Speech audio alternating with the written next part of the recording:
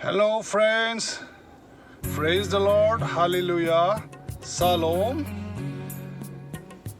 सेथियावनो आं जोंनि सोरजिगिरि फोरबो इसोरखौ जोंनि जिउनि मालिक गराखिखौ गोसो सिंनिफ्राय हामबाय होनदों। नैथियाव नोंथांमोनखौबो हामबाय होनदों। मानोना नोंथां आरो आंखौ आरोबाव बिदि मोजां जिउ मोजां समफोरखौ होनानै जों इसोरजों लोगोसे बे मिथिंगाजों बे संसाराव थांना थानाय खाबुखौ होबावनायखाय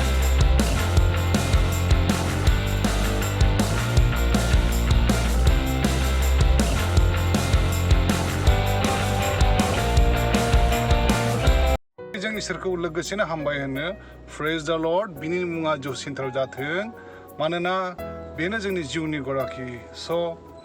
फै जों दिनै आरोबाव बे गोदान सानाव बे मोजां समफ्राव इसोरनि बाथ्राफोरजों गावनि जिउखौ बानजायबावनो, बे संसाराव थांना थानो, जों गावखौ गाव थागथियारि खालायनो, समयसाफोरजों आनजादफोरजों जुजिनो, बिनि गोथार बाथ्राफोरजों सोलिलांनो, दावहानि आगजुफोरखौ गाननो जों सोलोंदिनि।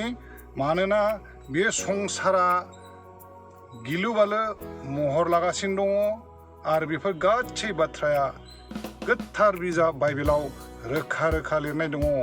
बेनिखायनो आं नोंथांमोननि गेजेराव बेखौनो आं बुंनो हास्थायदों, इसोरनि बाथ्रानि जुनै बे फैबाय थानाय समफोरा नोंथां आरो आंनि थाखाय गुरै जानाय नंलासै। मोनसेनि उनाव मोनसे खैफोद, मोनसेनि उनाव मोनसे समयसा, मोनसेनि उनाव मोनसे महामारिफोरा साग्लोबजोबसिगोन आरो बेफोरबायदि दावराव दावसिफ्रा जाबाय थासिगोनखाय फै जों इसोरनि बाथ्राखौ जोंनि लाइफआव जोंनि जिउआव लानानै बोरै सोलिलांनांगौ जों सोलोंदिनि आरो गावखौ जों गोरा खालायदिनि। अब्ला नोंथांमोना कन्टिनिउ थादो आंनि फेसबुक लाइभआव आरो इउटिउब चेनेलाव नायदो। आं नोंथांमोनखौ हाजासेमानि इसोरनि बाथ्राजों बानजायनो आं नाजागोन। जाय बाथ्राफोरा सिगाङाव दंमोन, दाबो दं आरो जोबमाजासे थागोन, आरो बेनो गोथां इसोरनि बाथ्राया। बेनिखायनो गासिबो बिलिभ खालाम आरो नोंथांमोनखौ आं खावलायदों, नोंथांमोनाबो जेसेबां हायो बे बोसोनखौ फरायदो आरो स्टाडि खालायदो आरो इसोरनि बोरफोरखौ लानानै गाव गावनि न'खरफोरखौ, गाव गावनि लाइफखौ, गाव गावनि समाजखौ, गाव गावनि हारिखौ खौसेथि अनज्लायनानै थानाय बोरै जानांगौ जों नाजादोनि।